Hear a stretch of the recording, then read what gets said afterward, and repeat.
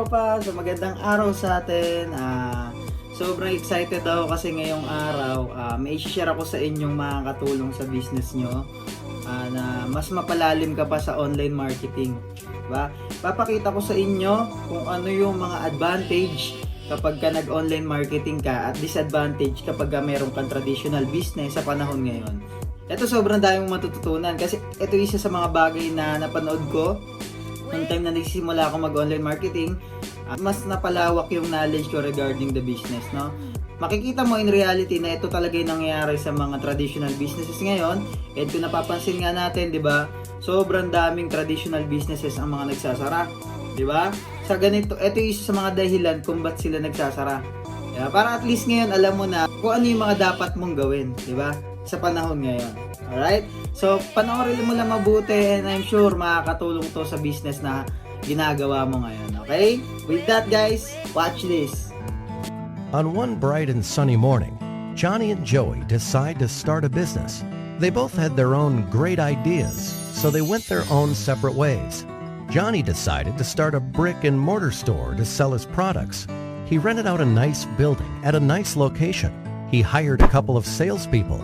He printed brochures and flyers and direct mail pieces. He advertised in the local newspapers.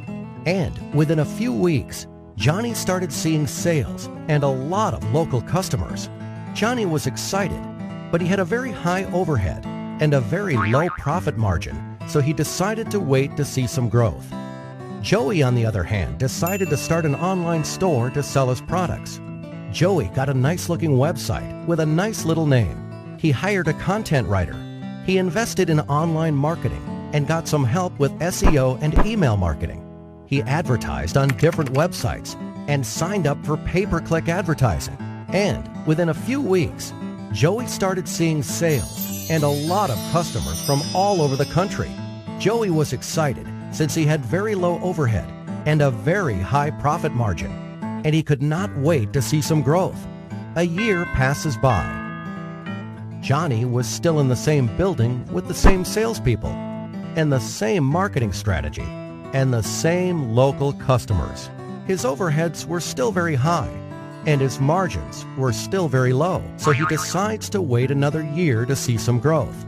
Joey moved to a new office, hired more people, and kept getting a lot of new and repeat customers from all over the country. His overheads were still very low and his margins were still very high. So he decides to start another online store to sell a different line of products. Another year passes by. And on one bright and sunny morning, Johnny and Joey meet again. Joey tells Johnny about his new marketing strategy.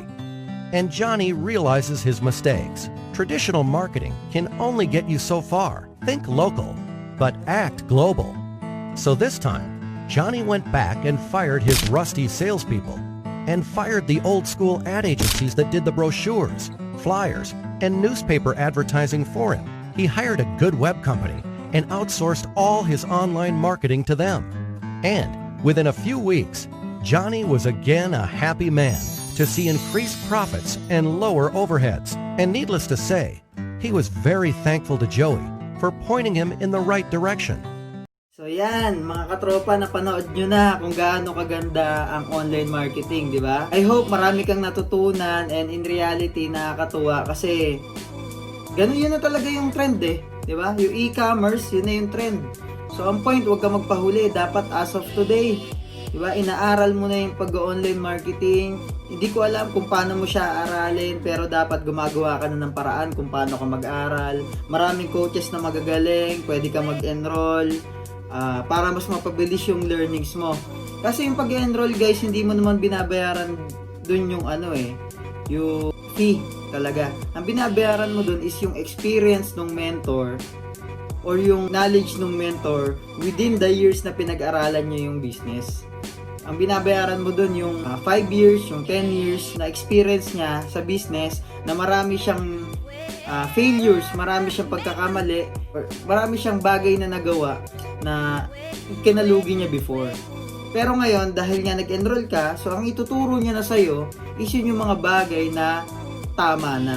Yung bagay na hindi naman siya shortcut to success, pero basically, maiiwasan mo na magkamali ng maraming beses, kagaya nung pagkakamali ng mentor na nagturo sa'yo. Diba? Kaya ako, nag-enroll ako sa mga maraming courses. Bakit? Kasi to gain knowledge. Kasi iba kapag may community ka, iba kapag may mga tao na tumutulong sa'yo, iba kapag may tanong ka, masasagot ka, iba yung mga pakiramdam na hindi ka nag-iisa sa business na ginagawa mo. And mas nakaka-enjoy kapag grupo kayong nagtutulungan sa business mo. Tama? Diba, even sa school lang, kung papipiliin ka ng teacher, kung group or individual project, 100% pipiliin mo group project eh. Bakit? Bukod sa masaya na, at the same time, mas madali yung trabaho. Same as the online business o sa e-commerce business, sa business na to, mag-e-enjoy ka kapag marami kayo. Di ba? Mag-e-enjoy ka kapag may community kayo na nagtutulungan, na iisa lang yung mindset nyo na gusto nyo mag-grow yung online business nyo. Para sa akin huwag kang magtipid sa sarili mo. Invest in your knowledge, invest in yourself. Kasi wala namang ibang tutulong sa'yo kundi sarili mo lang. Sa panahon na nahihirapan ka, sarili mo lang yung pwedeng makatulong sa'yo. Kaya I hope na bigyan mo ng halaga, aralin mo talaga. Huwag mong tipirin yung sarili mo, lalo na sa mga gantong bagay. Kasi bakit? Iba yung magiging ikaw after mo mag-training ng e-commerce. Iba yung magiging ikaw, iba yung isip mo, iba yung the way na humarap ka sa tao, iba yung confident mo kapag ka alam mo talaga kung paano tumatakbo yung e-com. And I highly suggest na aralin mo siyang mabuti para sa future ng family mo. Okay? So I hope guys marami kayong natutunan dito sa short vlog natin. And ito, i-share mo lang, subscribe mo para sa daily updates. I-click mo lang yung yung subscribe button para at least updated ka sa mga information na ibibigay ko sa inyo. Kasi everyday halos magbibigay ako ng mga knowledge regarding the business. Okay? So, i-share mo din sa mga friends mo na gustong magka-idea about online marketing o may mga business sila na apektado ng pandemic. So, sigurado makakatulong sa kanila itong knowledge na ibibigay natin sa kanila.